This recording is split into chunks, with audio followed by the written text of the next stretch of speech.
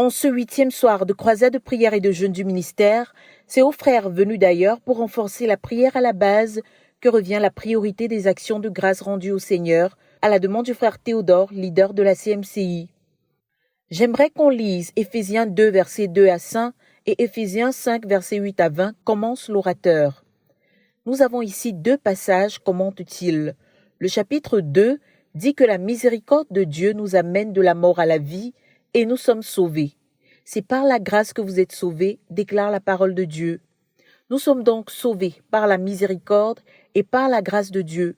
Il ne s'agit pas ici de la mort de la tombe, c'est la mort d'un certain genre de vie. Il est dit, vous étiez morts dans vos péchés, dans vos transgressions, dans vos convoitises, morts dans la rébellion, morts en suivant le prince de ce monde. Transgresser, c'est quitter le bon chemin, explique l'orateur.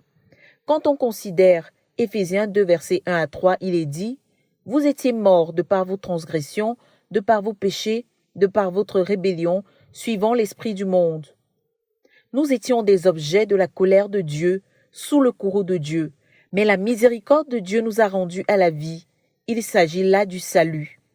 Il y en a plusieurs dans notre communauté qui n'ont pas besoin de réveil parce que ce dont ils ont besoin, c'est la vie.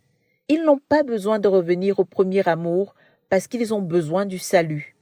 Au chapitre 5 du verset 8 au verset 14, on voit à nouveau une vie de ténèbres, de secrets, de honte, de désobéissance, de stérilité, des œuvres infructueuses.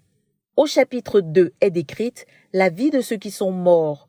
Au chapitre 5, c'est la vie de ceux qui dorment. C'est pourquoi il est dit « Réveille-toi, toi qui dors, relève-toi d'entre les morts, et Christ t'éclairera. » Et cette vie de lumière est décrite comme étant une vie de sagesse, une vie qui rachète le temps, une vie qui connaît la volonté de Dieu, une vie remplie du Saint-Esprit, une vie de louange, une vie de débordement en action de grâce. C'est la vie de réveil. Et c'est quoi le réveil? C'est le fait de sortir du sommeil. Il y a une vie de sommeil spirituel qui ressemble à la mort, à la vie des non-croyants, une vie pleine de secrets, une vie de désobéissance, une vie remplie de choses honteuses, d'actes honteux, des œuvres infructueuses. Bien que les 2 vies se ressemblent, il y a d'une part une vie qui a besoin du salut et d'autre part une vie qui a besoin du réveil. Il donne la vie aux morts et il donne la lumière à ceux qui vont se réveiller, explique le leader. Il y a des gens qui vivent comme s'ils n'avaient jamais été sauvés. Ils n'ont pas entretenu leur vie chrétienne, ils ont cessé de grandir. Ce dont tu as besoin, c'est de te réveiller du sommeil et du sommeil de la mort, afin que Christ puisse t'éclairer.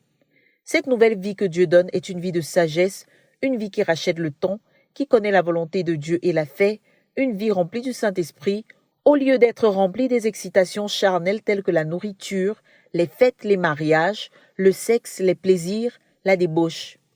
Combien de squelettes se trouvent dans ton armoire? Des secrets, des mensonges que tu as dit et que personne ne connaît, des fausses impressions que tu as données, de sorte que même ceux qui semblent te connaître ne te connaissent pas du tout. Qui te connaît? Une vie de honte, de stérilité, d'infructuosité, de désobéissance, de secret. Une vie cachée sous le tapis, derrière le rideau. À de telles personnes, la Bible dit « Réveille-toi, toi qui dors, relève-toi d'entre les morts, et Christ t'éclairera, et une vie nouvelle commencera. » Une vie de sagesse. C'est quoi la sagesse? C'est savoir quoi faire de ta vie à tout moment. La vie pour ceux qui sont morts, la lumière pour ceux qui dorment. Les uns ont besoin du salut, les autres ont besoin du réveil. Mais puisque les 2 vies se ressemblent, nous avons juste besoin de Dieu. Nous avons besoin de Dieu pour donner la vie à ceux qui sont morts et la lumière à ceux qui dorment. Nous allons crier à Dieu pour un réveil dans notre ministère qui va sauver ceux qui sont encore morts dans leurs péchés et leur donner la vie, et qui va réveiller ceux qui sont endormis dans les ténèbres, déclare l'orateur, invitant ainsi les saints à se lever pour prier.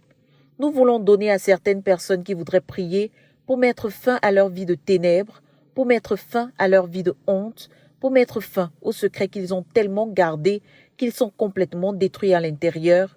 L'opportunité de le faire, poursuit-il. Personne ne t'oblige à venir devant, mais si tu sais que c'est ton heure et que tu veux mettre fin à ton hypocrisie, personne ne t'oblige à venir devant. Mais si tu sais que c'est ton heure et que tu veux mettre fin à ton hypocrisie, viens t'agenouiller ici et crie à Dieu. Pour une fois, sois vrai, Adresse-toi à Dieu, interpelle le frère Théodore. Ils sont nombreux à s'avancer pour supplier le Seigneur de leur pardonner et pour se détourner de leur voie pécheresse, alors que les leaders demandent au reste des frères de crier à Dieu en leur faveur. Après ce moment intense d'intercession et de la visitation de Dieu, le frère Théodore demande à quelques frères de prier que ceux qui ont besoin de rencontrer quelqu'un pour exposer ce qu'ils ont besoin d'exposer aient le courage de le faire. Que toute la gloire revienne au Seigneur pour cette 8e nuit de croisade et son impact. De Koumé pour la RTVC, Cynthia Siaka.